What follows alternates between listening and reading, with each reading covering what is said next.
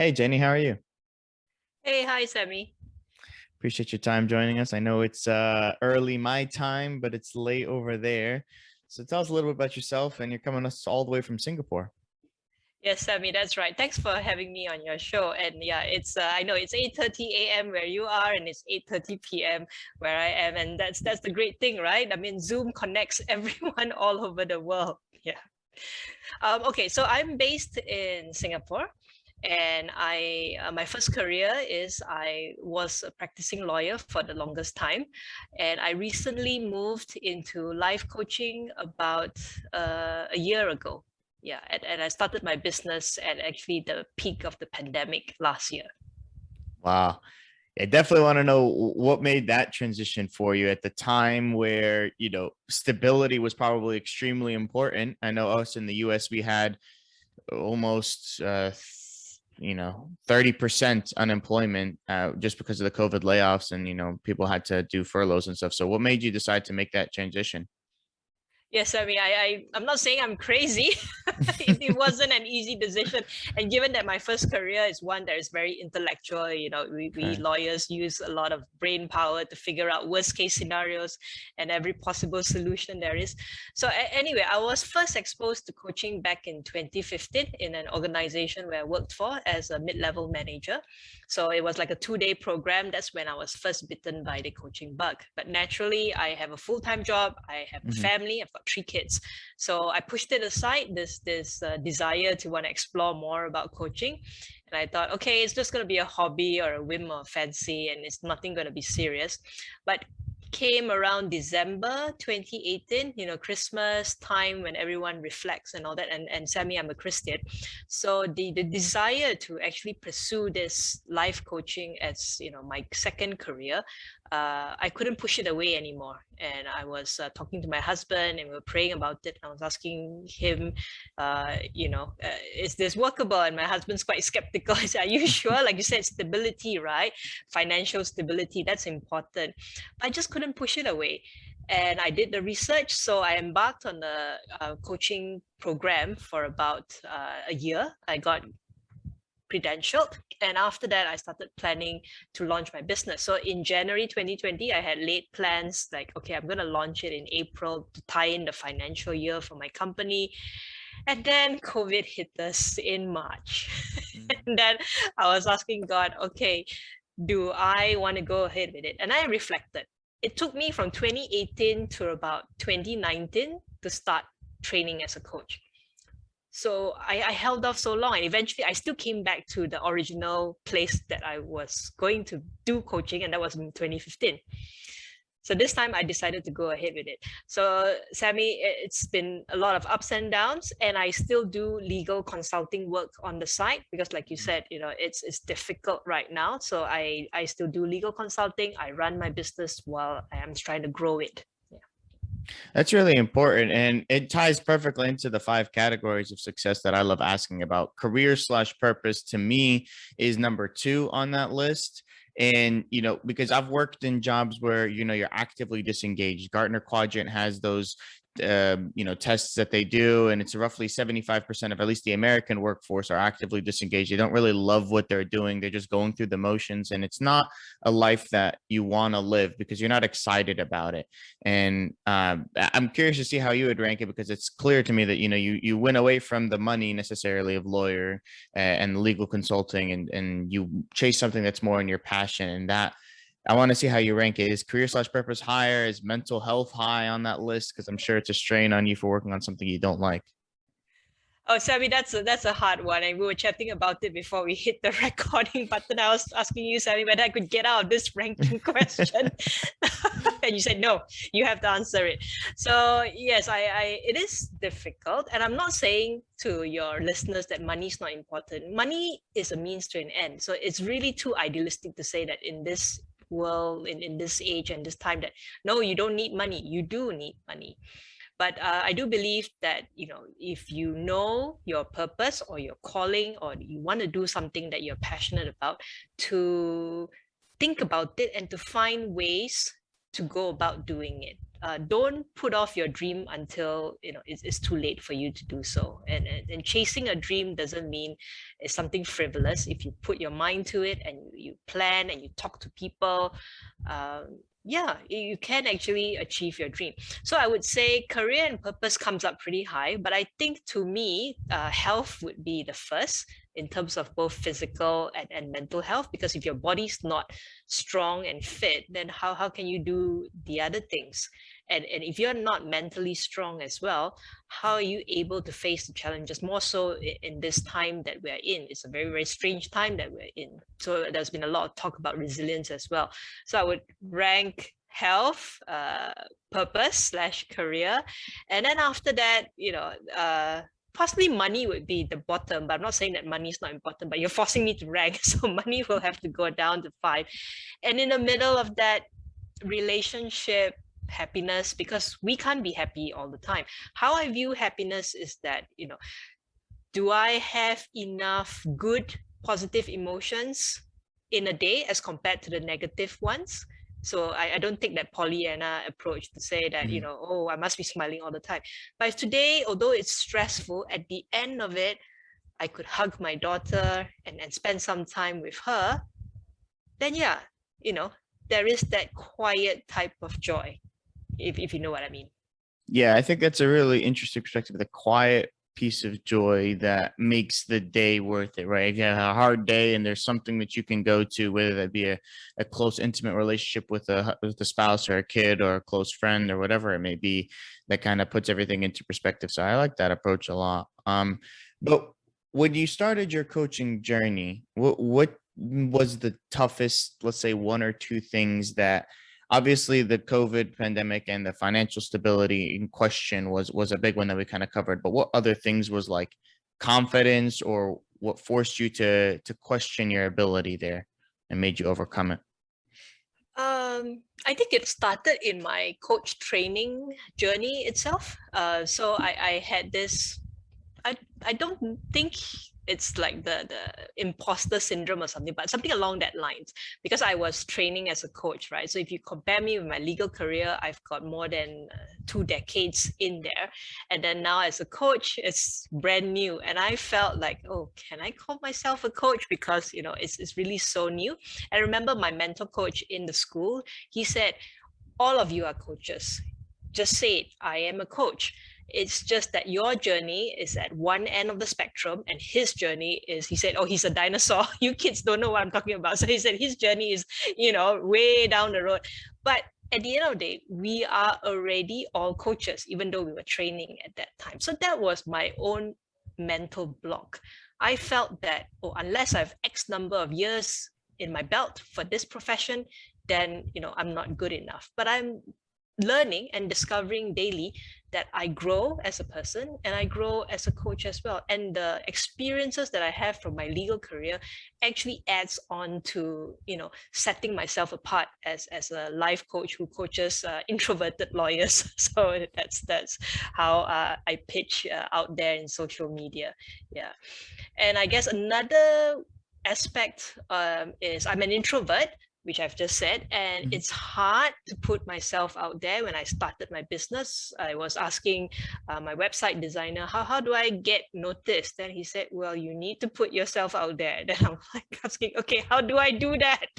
Mhm. And yeah, so I had to go on social media and still remain authentic, because I don't want to be seen like someone else. I mean, you've seen public figures and they're completely different if you know them personally.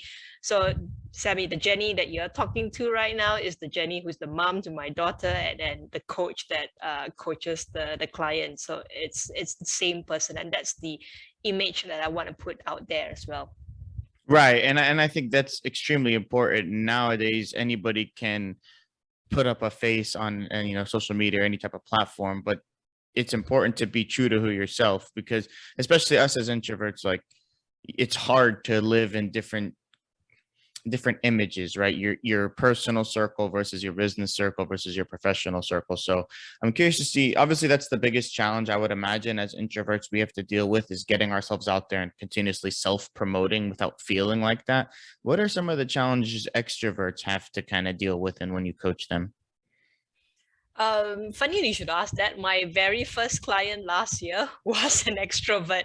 She found me on LinkedIn and she said that I've read all your posts because I like to write. That's how I put myself out there. I write blogs and I write posts. And she said, your post resonates with me, but Jenny, you say that you coach introverts. I'm an extrovert, can you coach me? So I said, okay, fine. I didn't tell her that she's my first client until she signed on. Then I told her that. But the challenge, well, they're still human. They're just still like us. So, you face issues like having balance in your life, especially if you're juggling so many things, and also stress management, and also, could I be better at this? Am I good enough? So those are the things that comes up. And Sammy, I usually coach women. Not that I don't coach men, but somehow they resonate with me. And then they are also younger women. So there is an element of mentoring that I tread very carefully because that is very different from coaching. So I keep the divide quite clear. So to answer your question, what challenges do extroverts face? They have the same as ours, but perhaps they see things a bit differently. Maybe there is more pressure to show up. So like this client, she is really good professionally, but she feels empty inside. So it's not that extroverts don't reflect inside, they do, but they gain their energy from being around close friends. And that's why COVID has been very difficult on extroverts, because they feel that I'm not connecting with my close friends. And Zoom, yes, that helps, but somehow it's different, as you would know, Sammy. Yeah, I definitely agree. I mean, it's a good to have, the video conferences and stuff like that, but it's nothing beats interpersonal face to face where you can kind of reach over and touch them if you need to. Like it builds a different level of camaraderie when you're working or when you're doing anything. So I totally agree that it's been a little bit difficult even as introverts in this type of environment, but extroverts I sure had it harder. You mentioned balance a couple of times in that last response, and I'd like to dive into it. Work-life balance is probably the biggest buzzword, at least from probably my life. Maybe happiness is up there now, but work-life balance is something everybody kind of strives for. And I feel like what we do is we go hard, work hard, play hard. We work for really hard for a lot of hours, and then we take like a week or two vacation and don't do anything, right? And that's not necessarily a balance. That's kind of teetering on priorities left and right and just jumping from one fire to another. What is a better approach for work-life balance? I'm like you, Sammy. I used to say work-life balance. I need work-life balance. Then it hit me. I read an article in New York Times. I think about before COVID. I can't remember exactly when. It talked about work-life integration.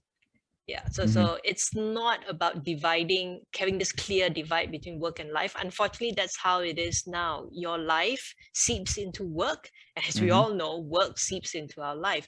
So it's a matter of looking at your priorities, like you said, and how to integrate it in a way that keeps yourself happy, fulfilled, and not burnt out. So Hmm. it's different for everyone. So for someone who enjoys being with the family, they need more time at home. But if for someone who finds that it's really engaging and inspiring to be at work because of the type of work they do, for them, they could work long hours and still feel that, yeah, it's balanced for me. I'm perfectly fine. So it's very hard to say what is the ideal work-life balance. It depends on an individual. So when I coach my clients, I discover with them what their values are, what do they really hold dear to in their lives, and what can be compromised. And also I like to ask this question: what are your non-negotiables? If you look at your day, what is really, it cannot be taken away, it cannot be compromised, and it shows up differently with everyone. And like I like what you said, like, okay, we work really hard, we play hard, we work really hard, we play hard. So there's a pattern. I like to remind people that you need to take care of yourself. So self-care may be a 2 week long vacation. That's a luxury actually for a lot of us. Self-care daily, do that daily. So how do you do that daily? I mean, I'm a coffee drinker, so I enjoy my nice cup of coffee in the morning. I don't talk to anyone, I have that first. Simple things like that. What gives you joy? What recharges you and rejuvenates you. Yeah, I agree. I think just reflecting 5, 10 minutes a day, meditating or something like that helps. I'm not as good as I should be there. I tend to go to the gym or go play basketball or something active that helps me kind of recenter my balance before, big trips like traveling obviously always helps, but you can't do that every day. So you have to find something to do every day to help yourself get over certain mental blocks. But when you're working in your passion, like you mentioned, it doesn't feel like work. It feels like it's just another day and you enjoy doing it. So that work-life balance from an outside perspective feels like that person's overworking themselves. But the person who's actually in it is loving life because they're doing something they love doing every day. So how important is that when now that you've kind of done life coaching for a year, and I know you do a little bit of legal consulting, but this is something that you love doing. How has that had an impact on the other four categories now that you've kind of been more integrated in something that you love doing and it's your calling? Oh, I like what you said about, really being in the flow. And to me, it's not work. And when you asked that, immediately I thought of my daughters. I have a son, a teenage son, so he doesn't need me. As you know, teenagers, they don't need their moms. But my two girls are younger and they actually want to spend time with me. So sometimes I'm guilty when I'm having a coaching call, like around this time, and they're waiting for me for their bedtime. And I had my youngest come up to me and say, "Mommy, do you love coaching more than me?" And it hit me. And that happened Oh, last year when I was building my business, and I was so passionate about it. And it made me realize, like, out of these five things, the relationships are important. So no matter how passionate you are about your career, your purpose, or even your health, relationships matter. And who are you? Introverts, extroverts, who are you without the people who really support you all the way? So I'm grateful for my family. They are very supportive. My kids adjust their schedule so that mommy can jump into coaching calls. So I'm grateful for that. So it made me reflect that really relationships matter.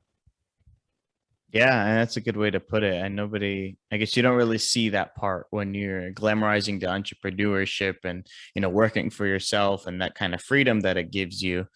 There's certain compromises that have to be made, not only by you, but by the people around you. So it's awesome that, your family's understanding and stuff.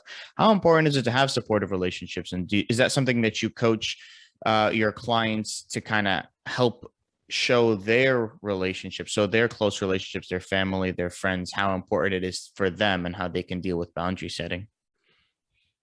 Yeah, I agree because you don't live alone. Even if you're single and all that, there is family, there are friends. So if you don't take care of yourself, there'll be a ripple effect. So if you're constantly feeling stressed or you have anger or unresolved negative emotions, it's going to spill out and there will be this ripple effect. So I believe that when I coach my clients to get to a better place, there will be this ripple effect that their colleagues can feel, that their family can feel. And I love that change when it happens. So I always ask, if you commit yourself to a goal, who's your support? Who's your Mhm. accountability partner? For me as a coach, yes, I play a part in being accountable, but then Sammy, I'm not in your life every day. So you Mhm. need accountability partners every day to keep you accountable to what you've committed to. So do you help them assign one or help them kind of guide the check-ins of how they should deal with their accountability partner? I ask them who has your back in this, and then Mhm. they will start thinking, and they'll be like, okay, I can depend on my husband for this, but not for that, and who can I talk to? So it's better if the client comes up with their own accountability partners and the framework that they want to be supported in, rather than for me to dictate. And I'm always there as long as you have that coaching relationship with me to support you. But again, Mhm. it's not going to be every day.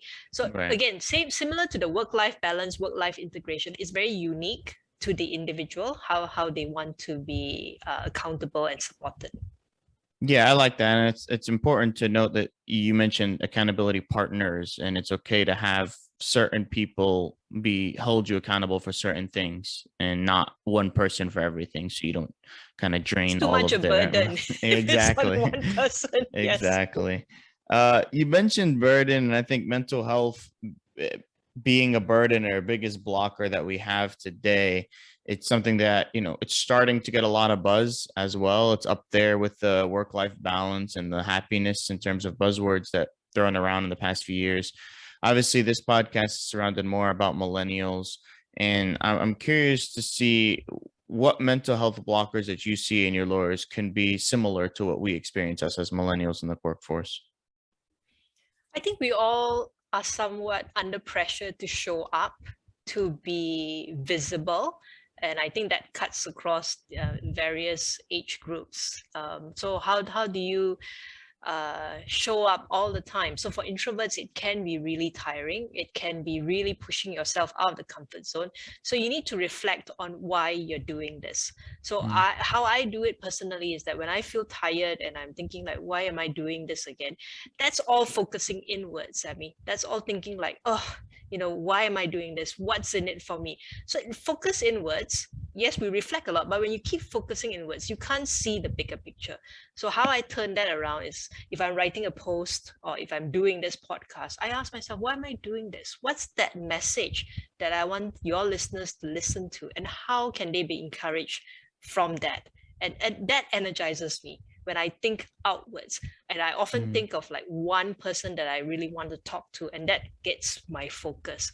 So I mean, for people who feel that, where's my purpose? What's my calling? What do I want to do? First, discover what gives you joy, what you're passionate about, and then also think of the bigger picture. When I do well in this, who's going to benefit from it? Because Sammy, we all live in a society, in a community. It's not sustainable if you're selfish and you always just think about yourself.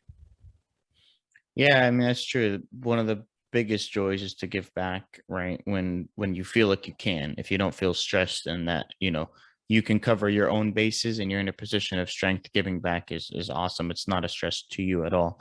I'm curious to see other tangible kind of tips and tricks. I like to ask every guest to give something that they can put to use right now, whether that be a way to find your purpose or whether that be a way to get over a mental health block, or maybe they're not even aware of how they're suffering from mental health issues. How can you help the audience out with an actionable tip that they could throw in today?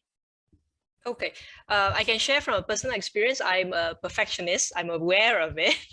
I struggle with it, and I went through a lot of mental block of obstacles when I was trying to launch my business because it had to be perfect. It had to be 100%. So one tip that I told myself, and I can share it with your listeners, is that ask yourself, does this need to be perfect? And of course, if you're a true blue perfectionist, the answer is yes, the first time. Then ask yourself again, what if it's 90% good? Is that okay? And you have to struggle, but ask yourself, does it have to be perfect? Until you get to a point where you find yourself feeling really ridiculous, like, I just need to write a post on Facebook. Does it need to be 100% perfect? 50% is good enough, right? So you get to the point when you really realize that no, actually in life, you only need maybe about 20% perfect, and even then, it need not be that perfect. So that's something I struggle with, and I'm aware of it now.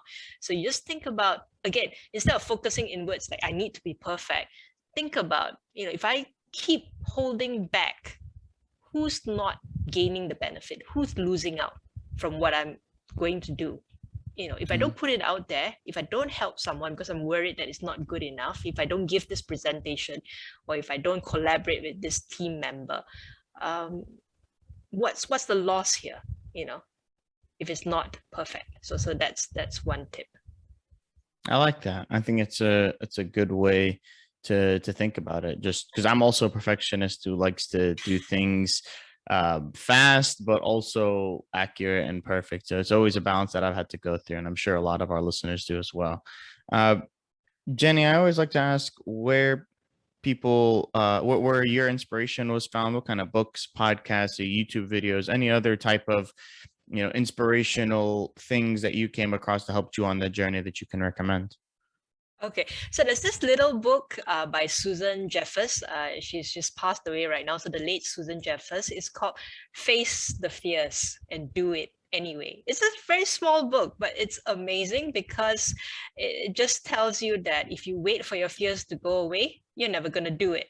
So Mhm. basically, you face your fears and you just do it anyway. And it's like taking that one small step.